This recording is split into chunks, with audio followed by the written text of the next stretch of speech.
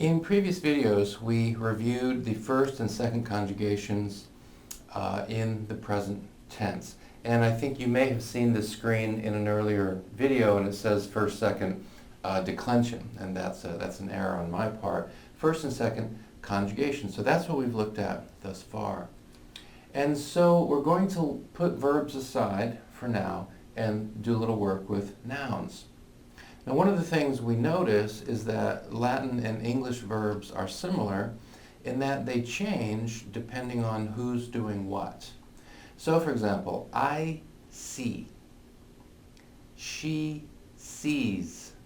So notice that the verb changes a little bit, see, sees, depending on who's doing what. Well, the same thing in Latin then. Latin verbs, English verbs change depending on who's doing what. Latin is different from English in that nouns also change depending on the role that the role that the noun is playing in a sentence, right? So, for example, if in English I say, I go to the house, I think about the house. The house makes me happy. In each case, the noun is the same. The spelling of the noun doesn't change. But the spelling of the nouns in Latin will change, right, depending on the role the noun is playing in a sentence. Now remember we said that one of the benefits of Latin is that it forces us to pay attention. Of course, this can be one of the challenging things as well, right? And here we begin to get some insight into that because there are 5 declension systems in Latin. There are 6 cases within each system, and each has singular and plural forms, okay? Now, some of us have an idea of what that sentence means, and some of us don't, but even if we don't, we can already get a feel, we've got a lot of detail coming up. And that's true, right? But, if you take a language in 10 or 15 minutes a day, 10 or 15 minutes a day, you can make a lot of progress. So if you want to learn to read the Gospels in Latin, my recommendation is to give it 10 or 15 minutes a day, and you will slowly but surely make progress, right, as we work to learn this detail. So let's look at the different noun cases in Latin. We're not going to go into grammar here, and I understand that at the end of this video, some of us really won't understand what's going on, okay? All we're doing right now is introducing some concepts. We will cover these concepts again and again as we go. So let's just make some introductory statements here about these noun cases. The first case we have is called the nominative. And the question that we bring to the nominative, or the question the nominative case is related to, is who or what is the subject of a verb. So if I have a sentence, I see the house. Well, the verb is see. Well, who or what is seeing? And the answer is I am. So in that case then, I would be in the nominative case.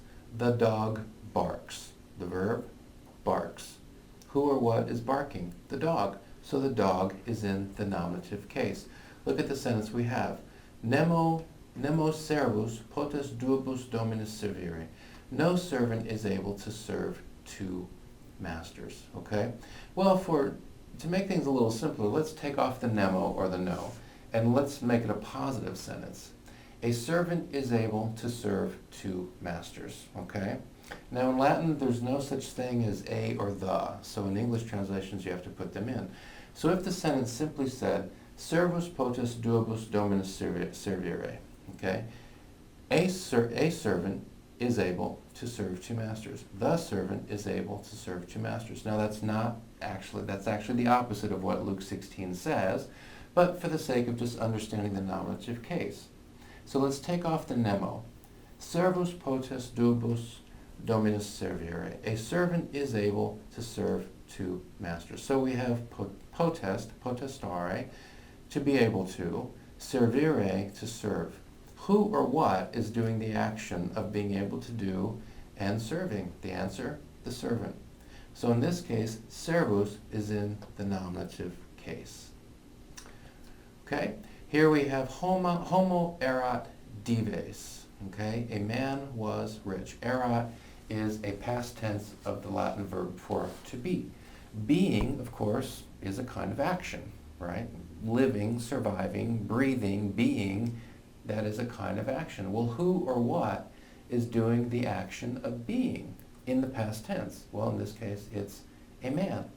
And so homo, in this case, is the nominative, right? Ego sum vita, okay? Sum is to be, I am. So ego sum, I am, okay? Well, so we have a verb of amming, we could say being, right? Well, who or what is doing the action of being here, right? Well, ego, right, I am, right? But also we have this noun, the life. And the life then is also in the nominative case. All right, then we come to genitive. And genitive has to do with possession. So sum panis vitae. I am the bread of life. I am life's bread. Okay? So think of life as something that can possess other things. So life can have happiness. Life's happiness. Life can have excitement. Life's excitement. Life can have bread. Life's bread. So the idea is that, life is a thing that possesses other things. In this case, life possesses bread. I am the bread of life. Okay? I am life's bread. And so the genitive has to do with possession. Estis, y'all are sal, the salt, terrae of the earth. So the earth has a lot of things. We could think of it this way. Among the things the earth has is salt. And here we're speaking, metaphorically, right? Of course, the earth literally does have literal salt. In this case, the salt is being used as a metaphor. But you are the salt of the earth. You are earth's salt, right? So the earth possesses something. In this case, it possesses salt. And so that's going to be in the genitive case. Let's go actually to the accusative case next. And the accusative case has to do with the direct reception of action. So let's look at the first verse. Ambulabat super aquam. So he was walking super, that is on water, or on the water. Okay, so you have a person that's walking. He's walking on something. What is he walking on? He's walking on water. And so the water is receiving the direct action of the walking. That's the accusative case. So think of it this way. I give the hat to my friend. Okay?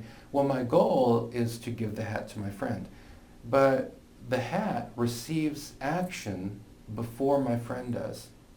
And so the hat is the direct object, and my friend is the indirect object. In that sentence in Latin, hat would be in the accusative case. Okay? So he was walking on water. The water is receiving the direct action of the walking. That's going to be in the accusative case. Preparabit viam. We know from the context, he will prepare the way. Just that sentence by itself, he, she, or it will prepare the way. Okay, well, something is being prepared. What's being prepared? The way, viam. So the via is receiving the direct action of the preparation and thus becomes viam, accusative case, okay? So let's go back then to what's called the dative case. The dative case is the indirect object. So I give the hat to my friend. Well, the goal is to give the hat to my friend. But I can't do that unless I first touch the hat. The hat is the first thing to receive action, and then the hat is handed on to the friend. And so the friend is the indirect object. Well, let's look at this line. Didit illud puellae. Okay? Well, he gave something, and we know from the context, he gave John the Baptist's head. Right? John the Baptist is decapitated, and not the greatest gift in the world, but this gift of a head is handed to a girl. Okay, well, the goal is to hand John the Baptist's head to the girl. Okay, well, that can't be done unless the head of John the Baptist is touched first. And so illud, we just know, is in the accusative case, right? Because illud is referring to the head, right? And so we can just assume that's in the accusative case. So the John the Baptist's head receives the action first, direct object, accusative case, and then is handed to the girl, indirect object, dative case. Okay? We've looked at the accusative, then we come to the ablative case. And of all the cases, this is the most complicated. Nouns in the ablative case are adverbial. This means that they tell us how the action of a verb is being accomplished, right? The ablative case tells us by whom something gets done, by what it gets done, where it gets done, when it gets done, etc. And often with the ablative case we have prepositions. In English these would be of, by, with, for, from. In Latin, ab, cum, de, ex, in, etc. And we'll see a lot of these as we go. Okay, so let's look at this example. So here we have a short sentence. Vir de turba exclamavit. Now we can take out de turba, we can take out from the crowd, a man cried out. And that makes sense. So we have the verb exclamavit, a man cried out, a man exclaimed. So the verb exclamare, right? Good first conjugation verb in the past tense. So vir exclamavit. So we have the verb exclamavit. He, she, it exclaimed. What the deterba does is it gives us more information about the verb, about how the action of the verb is getting done. So a man cried out from the crowd. Vir exclamavit deterba, you can say. Vir deterba exclamavit. So let's look at this again then. That in the ablative case tells us how the action of a verb is being accomplished. So we have the verb exclamavit, and then we're told, how this is getting done. Well, it's getting done from the crowd. So the turba there is in the ablative case, and notice the preposition de. So often with the ablative case, we'll have prepositions. Let's look at this one. Non potuistis una ora vigilare mecum. Non potuistis una ora vigilare mecum. Were you not able to watch with me for 1 hour? Okay? Well, we have two verbs here, potuistis. Were you not able to? And then we have the verb vigilare, to watch. Now, you can get rid of una ora. Were you not able to watch with me? Right? But let's focus on the verb vigilare. Well, but we're going to get a little more information about how that verb either was or was not accomplished, the extent to which we did or did not watch. And so una ora, in this case, is going to be in the ablative, because it gives us information about how that verb was, or in this case, was not carried out. Okay? Let's look at the next example. Diliges dominum ex tota anima tua. The verb there, diliges, diligere, to love, dominum, the Lord. You will love the Lord from your whole soul. You will love the Lord from your whole soul. So diligere, diliges, you will love. That's the verb. Okay? You can say simply, you will love the Lord. Boom. Right? But ex tota anima tua gives us more information about that verb, about how the action of the verb is being accomplished, how it should be accomplished, etc. And so it's going to be in the ablative, and you'll notice that the preposition ex is in front of it. Okay?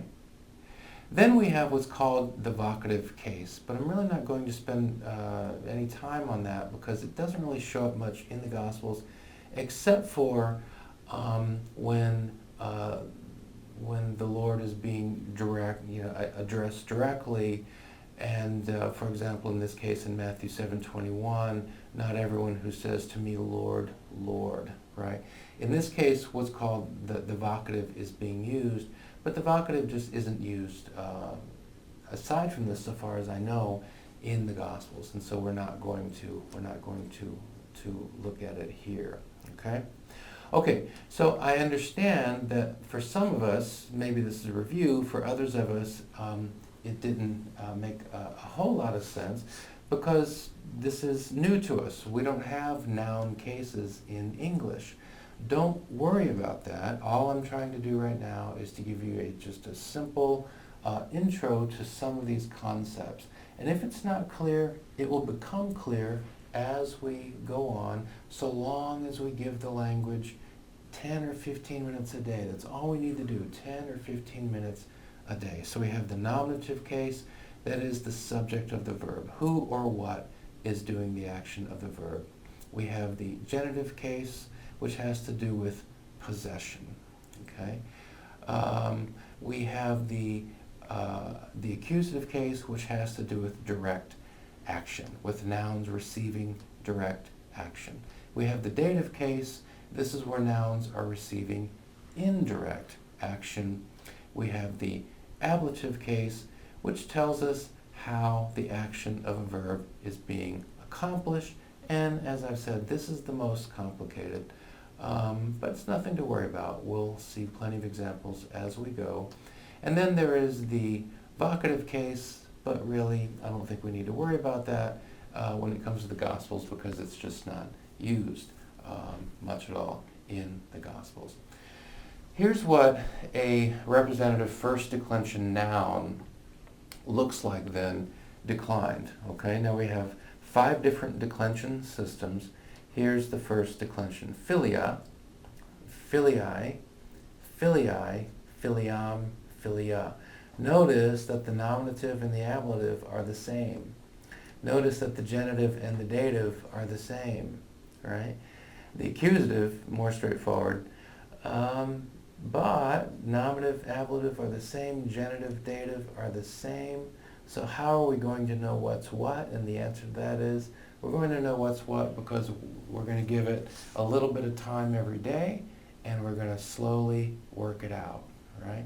We're going to slowly work it out. And since we're focusing on the Gospels, what's really nice about this is, let's say you're looking at a passage in Mark. Well, you can read that passage in Mark first in English or Spanish or French, whatever language you're working in. You can read that passage first in English, so you know what's coming, you know what the verb tenses are, you know what the story is, you know who's doing what. Then you go to the Latin text. You can put these texts side by side, and you can begin to learn the patterns, right? And so we study these details, but we can see how these details work themselves out in the actual text of the New Testament Gospels. Okay? So from here we're going to just do some work, working through some of these noun declensions, and then putting nouns and verbs together. And slowly but surely this stuff will begin to come together.